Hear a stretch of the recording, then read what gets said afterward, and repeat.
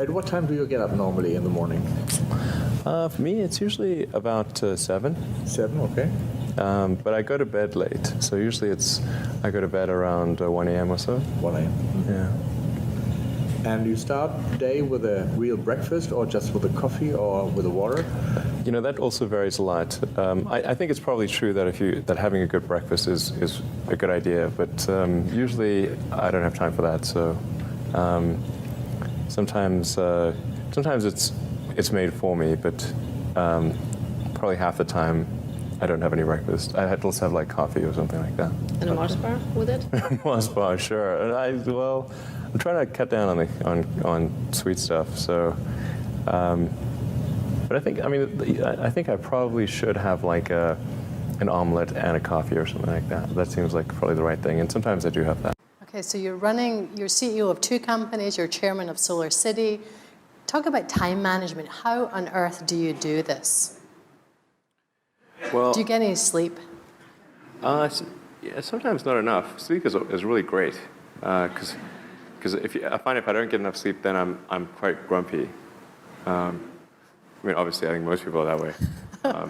And also, like I try to sort of figure out what's the right amount of sleep, because I found I could drop below a certain threshold of sleep, and although I'd be awake more hours and I could sustain it, I would get less done because my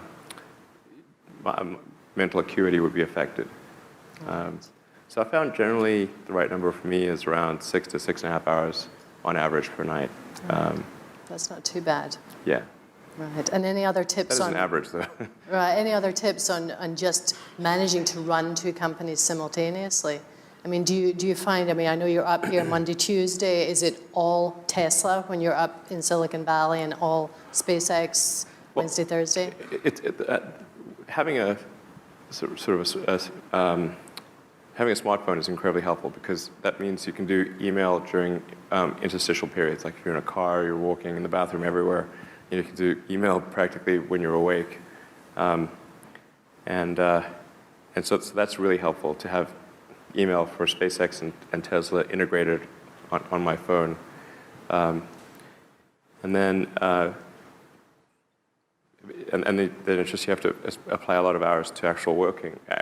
So the way I generally do it is I'll be working at SpaceX on Monday, and then Monday night fly to the Bay Area,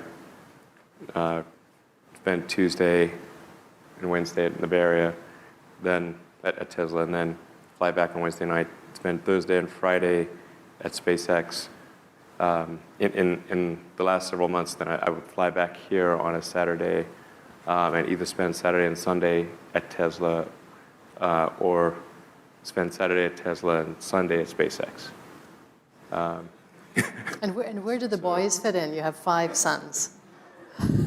Yeah. Do they tag along with Dad on some of these trips? I do drag them along in a lot of things, actually. They're remarkably unimpressed by... some of them are going to sound like, well, you've heard it before, but it's worth re-emphasizing. I think the first is you need to work, depending upon how well you want to do, and particularly if you're starting a company, you need to work super hard. So what does super hard mean? Well, when my brother and I were starting our first company, instead of getting an apartment, we just rented a small office and we slept on the couch. And we showered at the YMCA, and we're so hot up we had just one computer, so the website was up during the day, and I was coding at night, 7 days a week, all the time. And I sort of briefly had a girlfriend in that period, and in order to be with me, she had to sleep in the office. So work hard, like every waking hour. That's the thing I would say particularly if you're starting a company. And I mean, if you do simple math, say like, okay, if somebody else is working 50 hours and you're working 100, you'll get twice as much done in the course of a year as the other company. The other thing I'd say is that if you're creating a company or if you're joining a company, the most important thing is to is to attract great people. So either join a group that's amazing, that you really respect, or if you're building a company, you've got to gather great people. I mean, all a company is a group of people that have gathered together to create a product or service.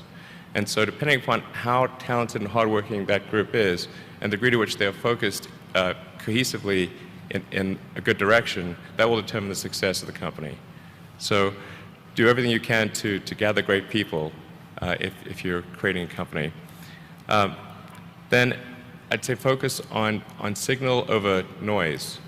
A lot of companies get confused. They spend money on things that don't actually make the product better. So, for example, at Tesla, we've never spent any money on advertising. We put all of the money into R&D and manufacturing and design to try to make the car as good as possible. I think that's the way to go. So for any given company, just can keep thinking about, are these efforts that people are expending, are they resulting in a better product or service? And if they're not, stop those efforts. And then the final thing is to sort of don't just follow the trend. So you may have heard me say that it's good to think in terms of the physics approach of first principles, which is, rather than reasoning by analogy, you boil things down to the most fundamental truths you can imagine, and you reason up from there.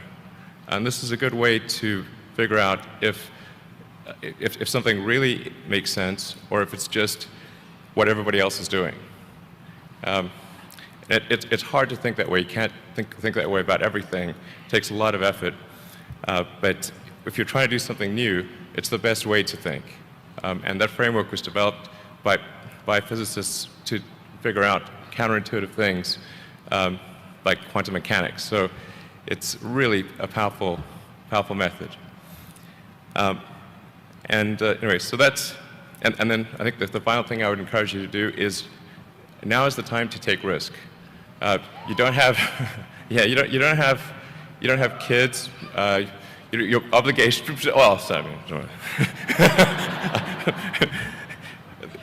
probably don't have kids.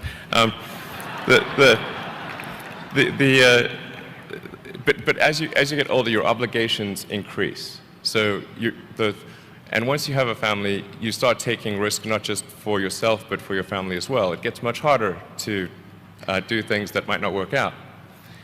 So now is the time to do that before you have those obligations. So I would encourage you to take risks now. Do something bold. You won't regret it. Thank you.